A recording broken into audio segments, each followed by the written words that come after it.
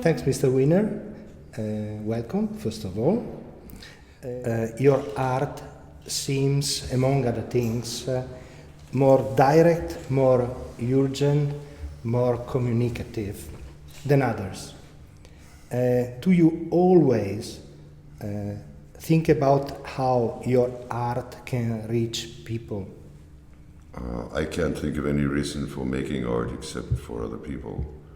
When you begin to make art, and it doesn't matter if you're making a painting, there are accidents, there are this, but essentially you do everything you do because you're trying to put a form of logic to other people. Yes, I do think about it. It's the reason, that's the point of the operation.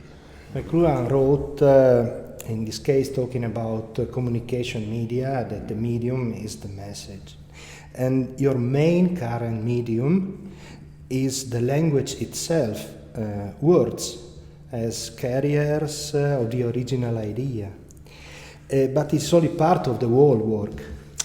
You use several other media, like video, for example. How do you balance the different elements taking part of the work of art? For one thing, the material of my work is the thing itself. Language is just a form of presenting it. But don't forget that a painting, a gesture, are all language. Music, it's all language. So there's no need to balance it. What there is a need is to acquire some form of skill with the medium that you're using. Some form, not necessarily to accept the structure as it's presented, but to understand what the structure is in order to be able to deal with it. And art is the most precious of the useless things, one of the possible ironic definition of art. And we know also that mostly useless things are moving passions and intelligence and then knowledge. And in your opinion, which is the function or the mission of the intention of art, and in particular your art? I really resent the term that art is useless. Shitty art is useless. What happens, I'll repeat myself because it's something that I realized a long time ago. Art is a logic structure. It's something that's presented in the world. And it doesn't have a place at the moment. And it moves around trying to find a place. It tries to get into an exhibition. It tries to be on the street. Wherever it goes, because it wasn't designed for that space, it bangs, it knocks. Well, art then fucks up the society a little bit. It moves it around. And then eventually, that structure enters in, or the outside structure adapts to accommodate it. They build the airfield bigger. They build a museum to fit it. It fits it, and then it becomes art history. That's not useless. Art is more and more ubiquitous. It is conquering time by time new spaces, and your work is clearly part of this conquest. And considering the contemporary scene, how do you imagine further development in arts? If I knew, I wouldn't have to go to work every morning, would I? I have no idea. And art is essentially a dialogue. The reason that I like group exhibitions is that you can't see everything all the time, and you get to have your work talk with things that you hadn't noticed. And maybe they're right, and you just incorporate it into your life. I can't tell you what art is going because I don't want to build a structure that adapts to me. I want to change the structure as it is because I don't think it works. I'm convinced that, or I am not satisfied with the configuration that's given to me. But as far as having a final goal, I don't. You have been always curious, I think, about the relation between author and the audience. And what did you learn about this special aspect and the relationship during your career, and what do you receive from your audience? Okay, what I learned is probably the most profound thing. The public is not stupid. And the interesting thing is that if you show what you do and don't tell somebody how they are supposed to see it and how they are supposed to use it, a lot of people will say, okay, this isn't for me, I don't want it, I don't need it. But it's not because they don't understand it, it's because they don't need it. What do I receive from my public interaction? When you're lucky, a support structure that allows you to buy that most expensive and important thing in the world, time, to make more work and enter into the society. That's all you can do. There's a sort of a feeling of mine, you get laid by charm, but your work enters into society because it talks with people.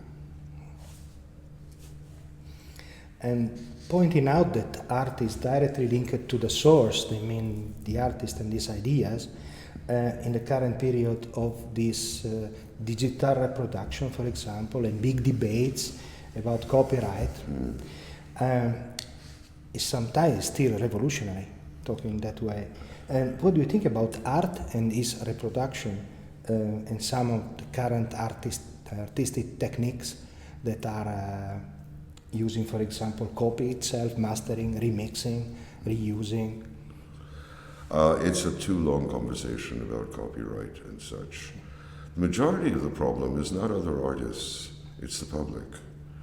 And the public is getting what they deserve.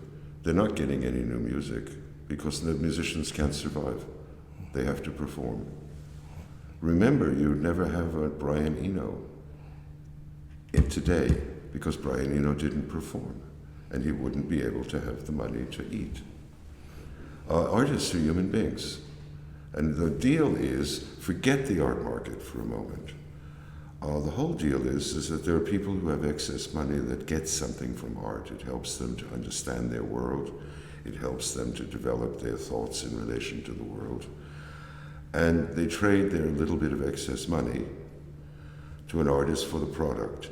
The artists, when they're smart, they buy time with it, they make more work, the work enters the culture keeps going, and everybody gets something out of it. It's not a bad deal. The exploitation and all of that stuff, that happens with everything. I'm terribly sorry.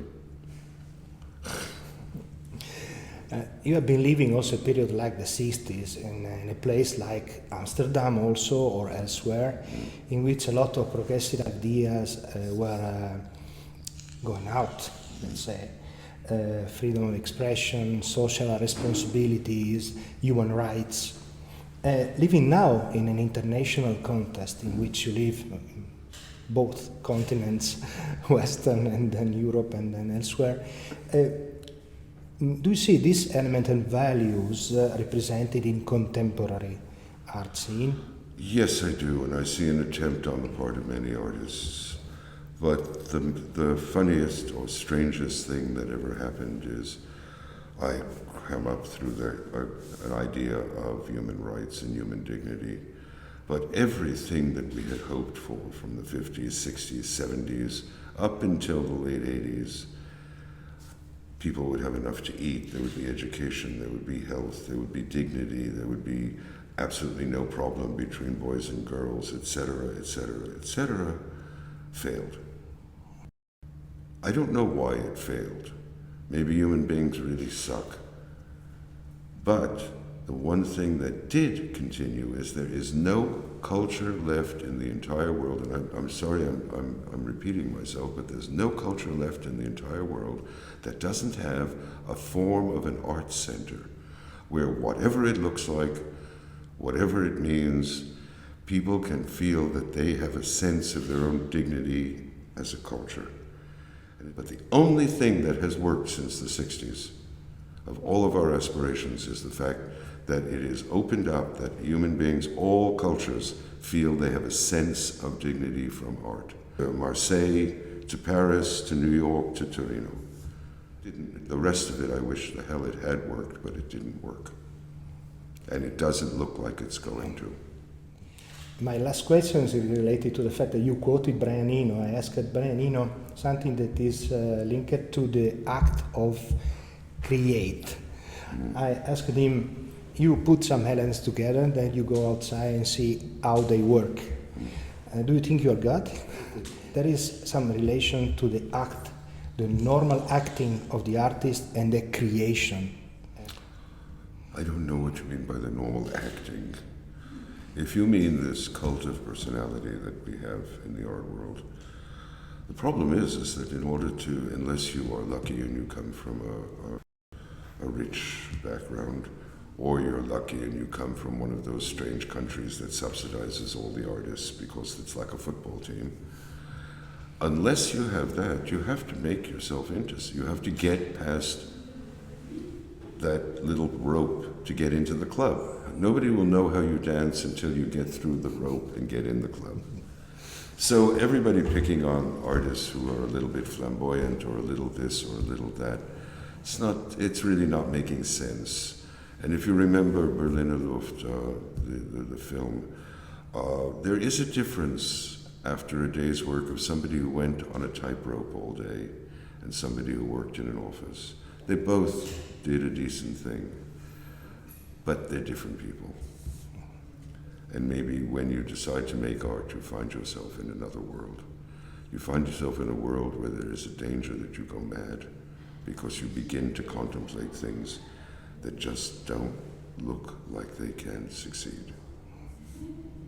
Thank you very much. That's it. Okay. Thank you. Was that it?